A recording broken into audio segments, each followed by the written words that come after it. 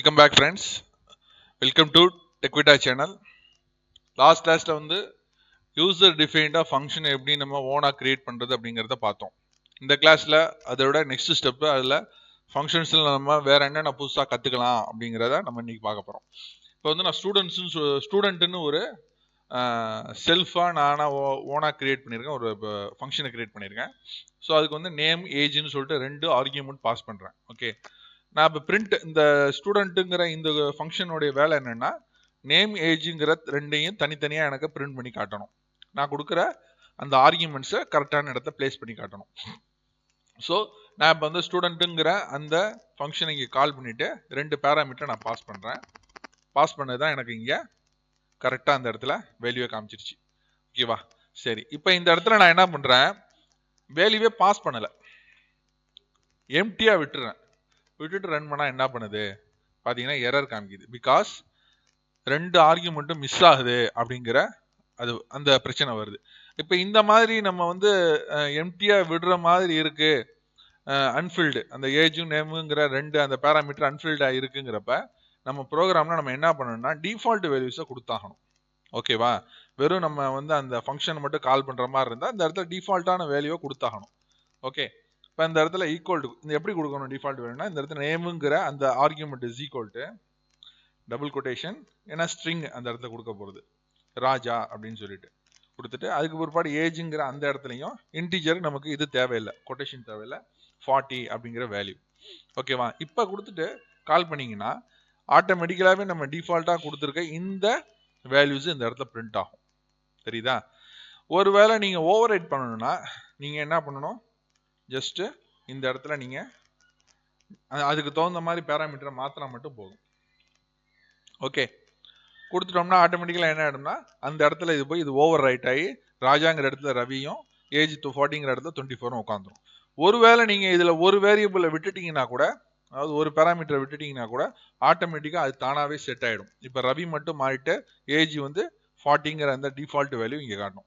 ஒருவேளை இந்த இடத்துல நான் 0 கொடுத்துட்டேன்னா 0ங்கிற வேல்யூவும் காட்டும். ஓகே, இந்த இடத்துல நான் அன்னோன் நேம் கொடுக்குறேன்னு வச்சுங்க, அன்னோன் நேம் இந்த இடத்துல நான் எதுவுமே கொடுக்கலன்னா நேமுங்கிற இடத்துல நான் எதுவும் கொடுக்காம விட்டுட்டேன்னா இங்க கொடுக்குறது காட்டும் இங்க. ஓகேவா? ஓகே, இது வந்து அதாவது டிஃபால்ட்டா நம்ம எப்படி கால் பண்ணணுங்கிறதுக்காக தான், வேற ஒன்றும் இல்லை. தென் இப்போ நான் என்ன பண்றேன், பொதுவாக நான் இந்த ஸ்டூடெண்ட்டுங்கிற இந்த இது கொண்டு வந்தது காரணமே நம்ம மார்க்ஸ் வந்து கொண்டு வருவோம்ல, அப்படியே நம்ம இதுக்கு முன்னாடி நடத்தப்பட்ட எல்லா கிளாஸும் இதில் வரும். அப்படியே மார்க்ஸ் அது இல்லாமல் நம்ம வந்து ஒரு ஸ்டூடெண்ட்டுங்கிற ஒரு ஃபங்க்ஷனே தேவைப்படாது. ஸோ மார்க்ஸ் அதுக்கு வந்து நம்ம என்ன பண்ணணும், பிரிண்ட்டு மார்க்ஸ் அப்படின்னு சொல்லிட்டு அதே மாதிரி கொடுத்து நான் என்ன பண்ணுறேன், மார்க்ஸுங்கிற அந்த வேரியபிளை இந்த இடத்துல அந்த ஆர்கியூமெண்ட் பாஸ் பண்ணுறதை நான் இங்கே கொண்டு வரேன். ஸோ இந்த இடத்துல நான் இதை நான் பிரிண்ட் பண்ணி காட்டணும்னா என்ன பண்ணணும், ரவி 28ங்கிற ஏஜ். இப்போ மார்க்ஸுங்கிறப்ப இங்கிலீஷ், தமிழ், மேத்ஸ், ஃபிசிக்ஸ், இப்போ maths, science, geography, social science ஒரு 5 சப்ஜெக்ட் வச்சுக்கலாம் டிஃபால்ட்டாக உள்ளது, 11th 12thலாம் போகாமல். இப்போ 5 சப்ஜெக்ட் வச்சுட்டோம்னா இந்த 5க்கும் சேர்த்து டோட்டலாக தான் நான் அந்த இடத்துல காமிக்க முடியும். ஏன்னா அந்த மார்க்ஸுங்கிறப்ப ஒரு பேராமீட்டர் தான் நான் பாஸ் பண்ண முடியும். இப்போ உதாரணத்துக்கு 480 அப்படின்னா எனக்கு எப்படி பிரிண்ட் ஆகுது, மார்க்ஸ் வந்து 480 அப்படின்னு வருது. எனக்கு இந்த இடத்துல 5 சப்ஜெக்டையும் நான் பிரிண்ட் பண்ணணும். அப்படிங்கும்போது நான் என்ன எப்படி அதை நான் பிரிண்ட் பண்றது அப்படின்னு கேட்டீங்கன்னா, நீங்க எதை நீங்க வந்து மோர் தென் ஒன் ஆர்கியூமெண்ட்டுக்குள்ளேயே இன்னொரு ஆர்கியூமெண்ட் நீங்க கொடுக்க போறீங்களோ அதுக்கு அந்த இடத்துல ஆஸ்ட்ரிக் சிம்பிளை யூஸ் பண்ணுங்க. இந்த இடத்துல ஆஸ்ட்ரிக் யூஸ் பண்ணிட்டீங்கன்னா இந்த ரெண்டு ஆர்கியூமெண்ட் பாஸ் பண்ணதுக்கு பிற்பாடு எவ்வளவு அன்லிமிட்டெட் நம்பர் ஆஃப் வேல்யூஸ் வேணாலும் நீங்க கொடுக்கலாம். உதாரணத்துக்கு இங்கிலீஷ்ல 90, தமிழ்ல 95, மேக்ஸ்ல 100,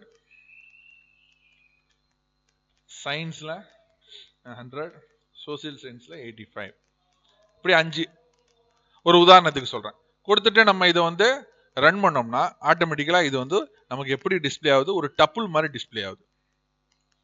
ஓகே, அப்ப டபுள் மாதிரி நமக்கு தேவையில்லை, அப்படியே நமக்கு தேவை, அப்படி தேவையில்லை. நமக்கு எப்படி வேணும், நமக்கு வேண்டியது சிங்கிள் வேல்யூவா வேணும். அப்படிங்கிறப்ப ஃபார் லூப் யூஸ் பண்றோம். For x in marks colon print x. ஓகேவா? அப்ப இப்படி பண்ணோம்னா என்ன பண்ணும், ஒவ்வொரு வேல்யூவும் மார்க்ஸுங்கிற வேரியபிள் அந்த டப்புள்ள இருக்கிறது எல்லாமே என்ன ஆகும், இதான் அந்த மார்க்ஸுங்கிற இந்த வேல்யூ தான் அதுக்குள்ள இருக்கிறது. இப்போ இந்த டப்புளுக்குள்ள ஒவ்வொரு சிங்கிள் வேல்யூவும் இதுக்குள்ள எக்ஸாக வந்து தனித்தனியா பிரிண்ட் ஆகும். பாருங்களேன், இந்த பிரிண்ட் ஆயிருக்கு பார்த்தீங்களா? ஓகே, இப்போ நம்ம இந்த இடத்துல இந்த பிரிண்ட்டை நம்ம கூட எடுத்துடலாம். சாரி, எடுத்துடலாம். கமெண்டா நான் யூஸ் பண்ணிக்கிட்டேன். புரியுதா? சரி, இப்போ எனக்கு அப்படி வேணாம், அந்தந்த சப்ஜெக்ட் நேமையும் நான் கொடுத்து செய்யணும் அப்படிங்கிறப்ப என்ன பண்ணணும்னா டபுள் ஆஸ்ட்ரிக் சிம்பிள் யூஸ் பண்ணணும். டபுள் ஆஸ்ட்ரிக் சிம்பிள் யூஸ் பண்ணிட்டோம்னா இந்த இடத்துல நம்ம ஐட்டம் வேல்யூ கொடுக்கலாம்.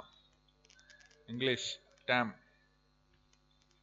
கொடுப்போமா கொடுக்க மாட்டோமா? இந்த மாதிரி நமக்கு இந்த மாதிரி வருமா வராதா? யோசனை பண்ணி பாருங்க. Then science and SS. Okay, so இப்படி பாஸ் பண்ணோம்னா என்ன ஆகுதுன்னு பாப்போமா? நமக்கு ஆன்சரே வரல, வெறும் ஃபர்ஸ்ட் கொடுத்த அந்த ஸ்ட்ரிங் மட்டும் தான் நமக்கு எடுத்துக்கிச்சு. அப்ப என்னவா இது வந்து உள்ள வந்திருக்குங்கிறத நம்ம பார்ப்போம்.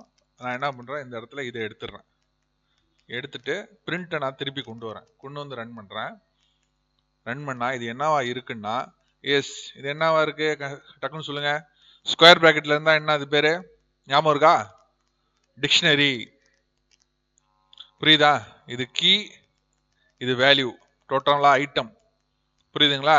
அப்ப ஃபார் லூப்ல அதை எப்படி பிரிக்கிறதுன்னு கேட்டீங்கன்னா, கீயும் வேல்யூயும் தனித்தனியா எடுத்துடணும். Key value. ஓகேவா? அப்ப மார்க்ஸ்னு மட்டும் நம்ம கொடுக்க கூடாது. Marks dot items. ஏன்னா ஒரு பேரா இருக்கு, அப்ப அது ஐட்டமா மாத்திக்கணும். ஓகேவா? அது கொடுத்துட்டு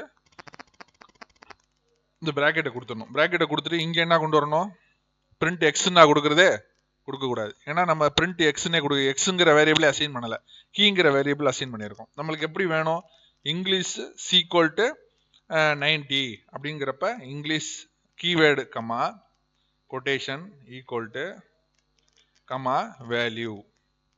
ஓகே ஓகே, முடிஞ்சா? இப்போ நான் என்ன பண்ணிடுறேன், இந்த இடத்துல கமெண்ட் யூஸ் பண்ணிடுறேன். வெரிஸ் கமெண்ட், எஸ் கமெண்ட் யூஸ் பண்ணிடுறேன். இப்போ ரன் பண்ணுறேன். சூப்பராக வரும் பாருங்க. வந்துருச்சா? நேம் ரவி, ஏஜ் 28, இங்கிலீஷில் 90, தமிழில் 95, மேக்ஸில் 100, சயின்ஸில் 100, சோசியல் சயின்ஸில் 85. புரியுதா? எப்படி நமக்கு வந்து எந்தெந்த ஃபங்க்ஷன் எந்தெந்த இடத்துல நம்ம இதுக்கு முன்னாடி பயன்படுத்தினதெல்லாம் எவ்வளோ ஈஸியாக இங்கே அப்ளை ஆகுதுங்கலாம் உங்களுக்கு விளங்கியிருக்கும். டபுள் ஆஸ்ட்ரிக்ஸோட பயன்பாடும் விளங்கியிருக்கும். ஒன் மோர் திங், இந்த டபுள் ஆஸ்ட்ரிக்ஸ் வந்து கண்டிப்பாக நம்ம வந்து கடைசி பேராமீட்டராக தான் யூஸ் பண்ணணும். ஏன்னா பைத்தானில் அப்படி தான் அதை டிஃபைன் பண்ணிக்கும். ஓகே, நெக்ஸ்ட் கிளாஸ் வந்து வெரி இம்பார்ட்டன்ட் கிளாஸ். இதில் டவுட்ஸ் இருந்தால் கேளுங்க. Bye friends.